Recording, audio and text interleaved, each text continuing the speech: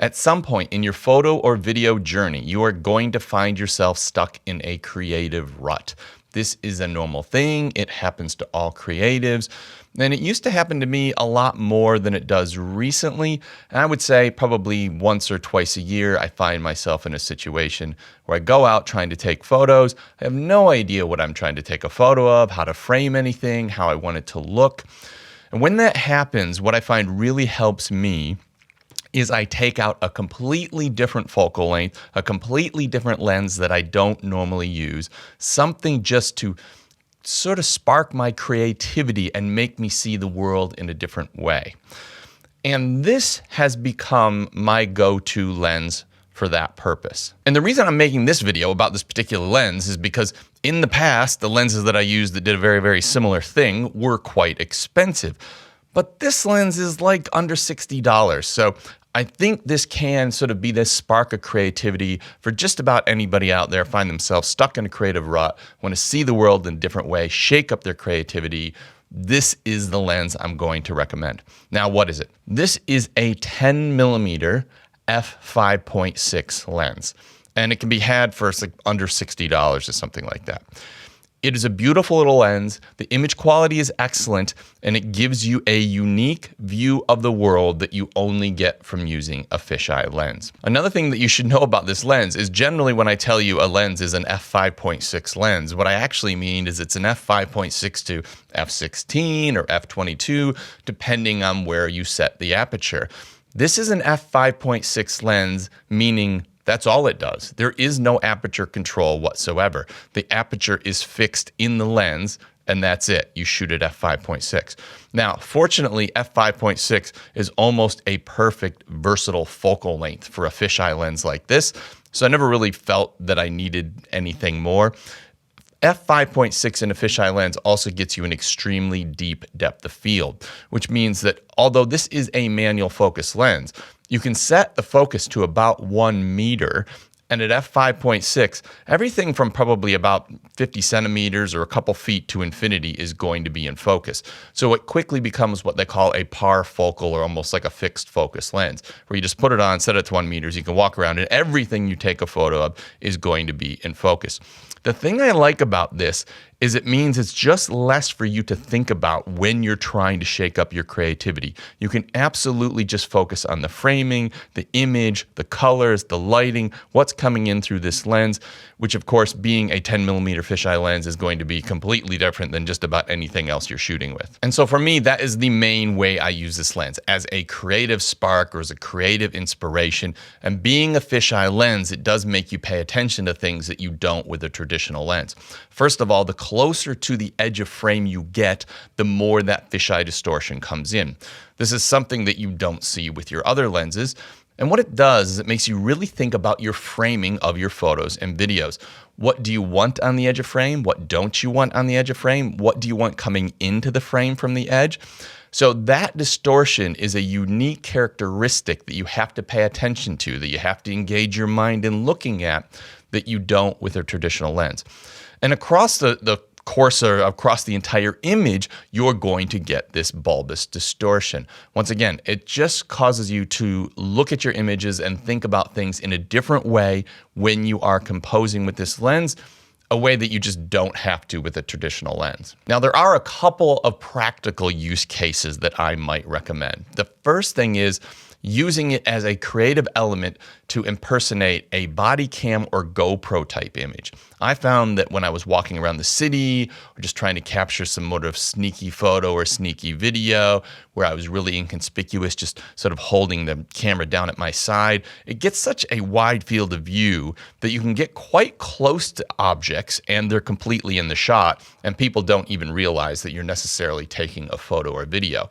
This gives you a very police body cam type look, which I thought was quite unique. It's a GoPro type look, but keep in mind, since we're doing this with a high quality camera, we're getting much bigger or better image quality, much better video, much better detail, and much higher megapixel photos. So it's not like we can replace this experience of using this lens with an action camera, because the quality you're going to get out of a setup like this is much, much higher than what you're going to get out of an action camera. The other thing that I see people using it for is street photography in general. Now, This is going to push your boundaries because you are going to have to get very close to someone or objects to allow them to fill the frame.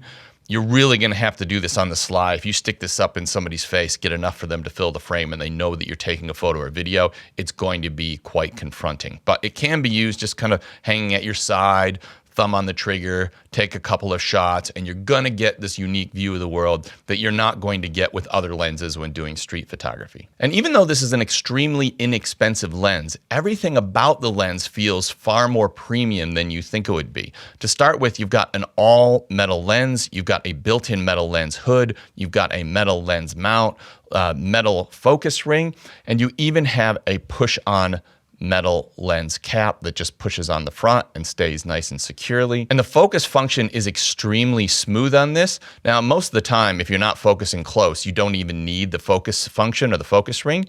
And I think the focus ring is really there to allow you to get extreme close-ups because the minimum focus distance is extremely close. It's like, I think 15 centimeters or something like that, or 6 inches. So you've got a great close focus ability with this lens. But most of the time, if you're just walking around the city, you can set this thing to 1 meter or just over 1 meter, and you're gonna have everything in focus. You don't even have to think about using the focus on the lens. This is an APS-C lens that comes on all the popular mirrorless mounts, and I will put a link in the description down below to where I purchased the lens. I just purchased this lens as part of a whole batch of lenses. I just bought every mirrorless lens under $100, and I'm going through and comparing and reviewing them. And so if you're into that, then make sure you subscribe to the channel because there's a bunch more videos like this coming. But that's where I got it, and it was the cheapest price that I could find, and it had free delivery as well. So yes, all the popular mirrorless mounts. Having a look at image quality, to start with, having a look at distortion. This is a fisheye lens, so there is intentional distortion in the image. Interestingly, being a 10mm fisheye lens, I didn't find the image was as distorted as in some other fisheye lenses I've tested on APS-C sensor cameras. In the past, I've tested a few 7.5mm fisheye lenses, and they seem to have dramatically more distortion. They are more expensive lenses, about 3 times the price. So you actually get a look that is almost somewhere between a ultra-wide angle lens and a fisheye lens, which in some ways I think makes it a little bit easier lens to use. Having a look at vignette, there is the most moderate amount of vignette in the corners. I do find in the corners in some situation there is a slight color cast or color tweak.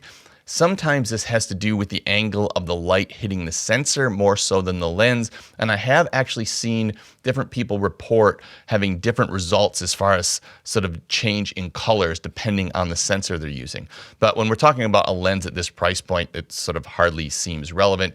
Just a minor thing to note, very little vignette, but sometimes a little bit of a color tint in the extreme corners. Looking at chromatic aberration, this lens controls chromatic aberration way better than I thought it would, particularly for the price point. And even in high contrast close-up scenes or heavily backlit scenes, you might see the most modest amount of purple fringing when you zoom into like 800%.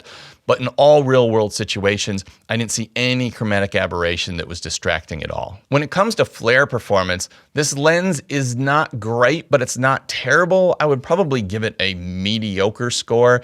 It is seeing so wide that there's so much ability for a lens like this, particularly with this little bulbous front element, to catch the light. And when it does, it can desaturate your image. Now, you can use your hand to kind of shade that or just twist the image a little bit and so to take that flare out. But I think it's something that not only could be used creatively when we're talking about a lens that we're trying to shake up our creativity, but it's also something that in some situations challenges you to change your composition so that you get rid of that flare. So I think this is just a little creative element that the flare adds to the whole equation, but I wouldn't say the flare performance is great. When I look at close-up image quality, this is the thing that I thought was super cool about this lens. You can get so crazy close to your subject, and because you've got this incredible wide field of view, I think it's like 172 degrees or something like that, your close-up images of small objects are completely surreal, like it is sort of otherworldly. And this is just another thing. This isn't what it looks like when you use your standard zoom lenses or any normal lenses that you probably have in your collection right now. So it's just another element of creativity that you can add when you're just trying to break your mind and just get going with some sort of new creative juices. crack this thing out and do some really close-up images with this wide-angle lens. Super cool, a really cool effect. Now, normally I talk about bokeh. You can actually get bokeh on this lens, surprisingly. If you're at f5.6 and you get very close to an object, you do get out of focus backgrounds. They aren't deeply out of focus, but when they are out of focus, they do look nice and smooth and not distracting. Anytime you've got an object far enough away from you that it's, a meter or more, a couple feet or more, you're really going to struggle to get an out of focus background. So it's not something that I really think too much about when you look at a fisheye lens bokeh, but when you do get bokeh, it does look pleasing. And finally, looking at sharpness, this is another one that is really going to surprise you. I was shocked by how sharp the images were out of this lens. Now, they do get a little bit softer at the corners where we've really got that extreme image that we're trying to sort of fit into the frame. But in the center of frame and probably through 3/4 of the center of frame, I find the images to be incredibly sharp, well above the price point, not at all what you're going to be thinking when we're talking about a lens at this price. So I think even the most demanding pixel peepers, once you take into account the price of the lens, you're going to be very, very happy with it. And finally, I have to ask, who is this lens for? Well, I think this is a lens for somebody who wants to shake up their creativity, do something different, do something new, is on an ultra tight budget, also wants something that is so tiny and portable that it just makes using your camera just almost like a point and shoot camera. This is a great, fun little lens, and it also allows you to get into fisheye photography at an extremely low price point, because this isn't the type of lens that I would suggest that you be using on a daily basis, like a standard zoom lens or a portrait lens. So I think this fits really well in somebody's collection who wants to play with fisheye, but doesn't want to commit a huge amount of money to it. Now, this lens is made by Brighton Star, and Brighton Star is making some of the best budget lenses on the market right now. I can't believe more people aren't talking about this brand, and I've just thrown a video on screen now. This is their 35mm f/0.95 portrait lens. This is the best lens that I have ever tested under $200. And if you've got an APS-C camera, this is one of my top recommendations.